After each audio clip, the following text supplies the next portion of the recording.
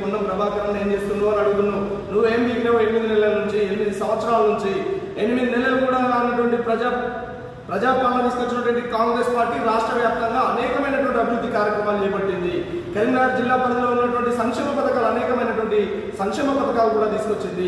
అది నీకు కనబడకపోతే నీ కళ్ళు టెస్టులు చేసుకో, ఇక్కడికన్నా వెళ్ళి అమెరికా మీద కూడా అక్కడ టెస్టులు చేసుకోపోయి. అంతేగాని మంత్రి ఏం చెప్తుండు, సమీక్ష సమావేశాలు ఉంటుంది. నీకు సమీక్ష సమావేశాలకు కనీసం అర్హత నగర మేయర్ ప్రథమ పౌరుని, నీ హక్కేంది, నగరానికి సంబంధించినటువంటి నిధులకి నుండి తీసుకురావాలి, అభివృద్ధి కార్యక్రమాలు ఏం చేయాలనేది సంబంధిత పార్టీలతో సంబంధం లేకుండా ఎవరు మంత్రి ఉన్నా ఎవరు అధికారంలో ఉన్నా వాళ్ళని అడగాల్సినటువంటి నైతిక బాధ్యత నీ మీద ఉంటుంది.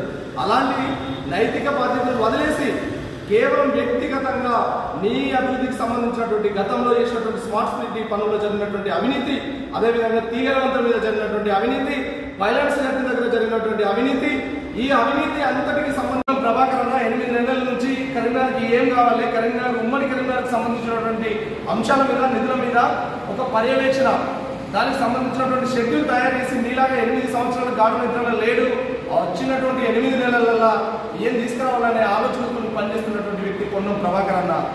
కానీ నిన్ను జనం మర్చిపోతున్నారని నీ కార్పొరేటర్గా, అదేవిధంగా నువ్వు కూర్చున్నటువంటి మేయర్ కుర్చీ భూసాలు కదులుతాయనే విధంగా భయంతో ఈరోజు నువ్వు కాంగ్రెస్ పార్టీ మీద, అదేవిధంగా ముఖ్యం పొన్నం ప్రభాకరన్ మీద విమర్శలు చేస్తా ఉన్నావు.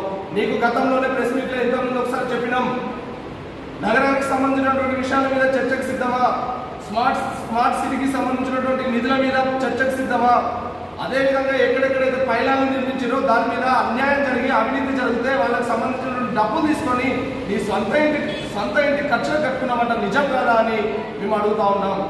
ఎప్పుడు చూసినా కుర్చీని కాపాడుకోవడం కోసం, ఎప్పుడు చూసినా అయితే బీజేపీ చూడడం. ఒకటే విషయం అడుగుతా ఉన్నాం, మిస్టర్ సునీల్ రావు 8 సంవత్సరాలు గాఢ నిద్రలో మునిగిపోయి నగరానికి సంబంధించినటువంటి సమస్యలను గాలి వదిలేసి కేవలం నీ సొంత సంపాదన ధ్యేయంగా పనిచేసినటువంటి నీకు నగరానికి సంబంధించినటువంటి అభివృద్ధి మీద, నిధుల మీద మాట్లాడే హక్కు ఎప్పుడో కోల్పోయినామని కరీంనగర్కి సంబంధించినటువంటి నగర ప్రజలు పలు రకాలుగా మాట్లాడుకుంటున్నారని ఒక మాట చెప్తా ఉన్నాం. అదేవిధంగా 8 సంవత్సరాలు నువ్వు ఇక్కడ పొడిచింది ఏముందో, ఇక్కడ నగరానికి సంబంధించినటువంటి నిధులు తీసుకొచ్చిన ఏమున్నాయో 8 సంవత్సరాలుగా ఏం వీక్లో సునీల్ రావు నువ్వు 8 నెలలు కూడా రానటువంటి ప్రజాపాలన తీసుకొచ్చినటువంటి రేవంత్ రెడ్డి గారి ఆధ్వర్యంలో కరీంనగర్ నగరానికి సంబంధించినటువంటి, అదేవిధంగా కరీంనగర్ జిల్లాకు సంబంధించినటువంటి మంత్రివర్యులు పొన్నం ప్రభాకరన్ 8 నెలల నుంచి కరీంనగర్కి ఏం కావాలి, కరీంనగర్ ఉమ్మడి కరీంనగర్కి సంబంధించినటువంటి అంశాల మీద, నిధుల మీద ఒక పర్యవేక్షణ, దానికి సంబంధించినటువంటి షెడ్యూల్ తయారు చేసి నీలాగా 8 సంవత్సరాల గాఢ నిద్రలో లేడు, వచ్చినటువంటి 8 నెలలలో ఏం తీసుకురావాలనే ఆలోచనగా కానీ వేరే రకంగా కానీ విమర్శలు చేస్తే నీకు దేహశుద్ధి తప్పదని జిల్లా కాంగ్రెస్ పార్టీ బీసీసీఎల్ పక్షాన హెచ్చరిస్తా ఉన్నా. ఒక బీసీ బిడ్డగా రాష్ట్రంలో నువ్వు అన్నట్టే నువ్వే ఒప్పుకున్నావు. పొన్నం ప్రభాకర్ గారు పవర్ఫుల్ మంత్రి అని నోటితో నువ్వు ఒప్పుకున్నప్పుడు సిగ్గుండాలి కదా నీకు మాట్లాడడానికి. 100% పవర్ఫుల్ మంత్రి పొన్నం ప్రభాకర్ గారే, దానిలో ఎలాంటి సందేహం లేదు.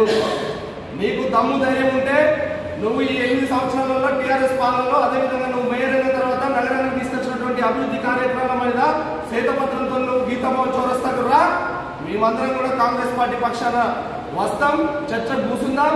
నువ్వా దొంగ, లేదంటే నగరానికి సంబంధించినటువంటి ప్రజలు చేసినటువంటి నీకు అన్యాయంగా ఓట్లేసి నేను గెలిపితే దొంగగా మారి విదేశీ పర్యటనలు పెట్టుకొని సొంత ఏజెండాగా పనిచేస్తున్నటువంటి నీకు అసలు మాట్లాడే నైతిక హక్కు లేదు.